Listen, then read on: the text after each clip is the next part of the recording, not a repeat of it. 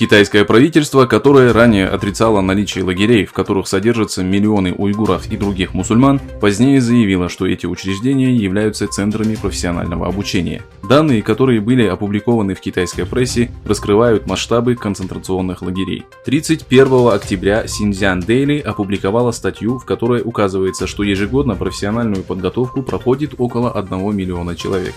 С 2016 по 2019 год подготовку прошло 4 миллиона 719 600 жителей региона. С 2018 по 2019 год в уйгурском регионе были построены 21 база по обучению высококвалифицированных специалистов и 35 офисов квалифицированных мастеров. По данным независимых правозащитных организаций, китайское правительство продолжает расширять лагеря и переводить уйгуров из Восточного Туркестана на фабрики для принудительного труда во внутренние провинции Китая. Немецкий исследователь Адриан Зенц заявил, что с 2014 по 2019 год около 8 миллионов человек были направлены в так называемые центры профессиональной подготовки.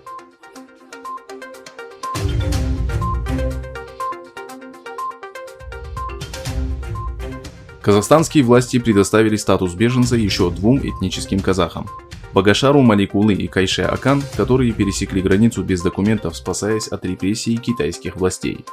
30 октября комиссии при миграционной полиции города Алматы и Алматинской области выдали им удостоверение беженцев сроком на 1 год, сообщает сеть Евразия.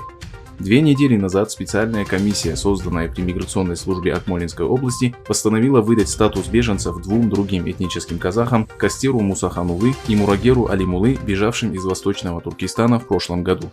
Осужденные за незаконный въезд в Казахстан Кастер Мусахан и Мурагер Алимулы получили документы о предоставлении убежища 16 октября, отбыв почти год тюремного заключения.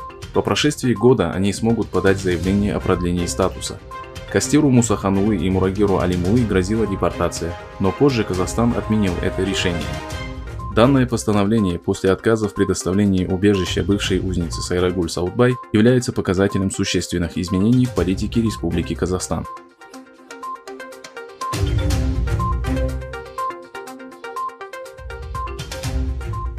Реставрация в мечети Инчуани, столице провинции Нинся на западе Китая, где в основном проживают китайские мусульмане, вызвала негодование верующих.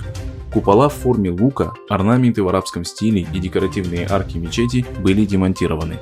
Китайские власти проводят аналогичную политику в других городах и регионах с мусульманским населением. Сотрудница посольства Великобритании в Пекине Кристина Скотт опубликовала в Твиттер изображение одной из измененных мечетей. В мечети Нангуань демонтировали основные атрибуты, показывающие ее предназначение. Этими словами Скотт выразила позицию Великобритании по данному вопросу.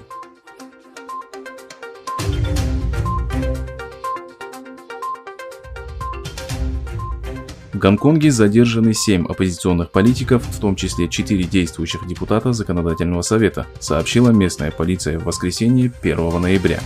По ее версии, задержанные имели отношение к беспорядкам в парламенте этого специального административного района Китая в начале мая. 6 мужчинам и 1 женщине грозят до 12 месяцев тюрьмы. Левоцентристская либерально-демократическая партия уже осудила задержание. Протесты в законодательном органе 8 мая вспыхнули после того, как глава пропекинской партии Демократический альянс за улучшение и прогресс Гонконга была избрана председателем одного из ключевых комитетов парламента, который отвечает в частности за проверку конституционности законопроектов.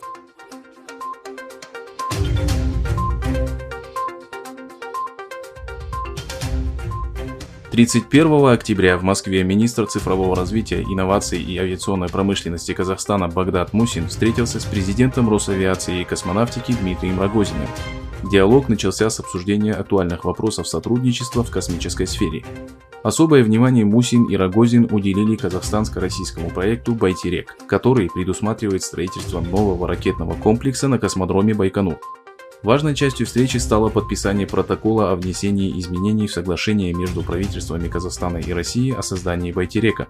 Согласно договору, Казахстан берет на себя финансирование реконструкции и модернизации объектов наземной инфраструктуры.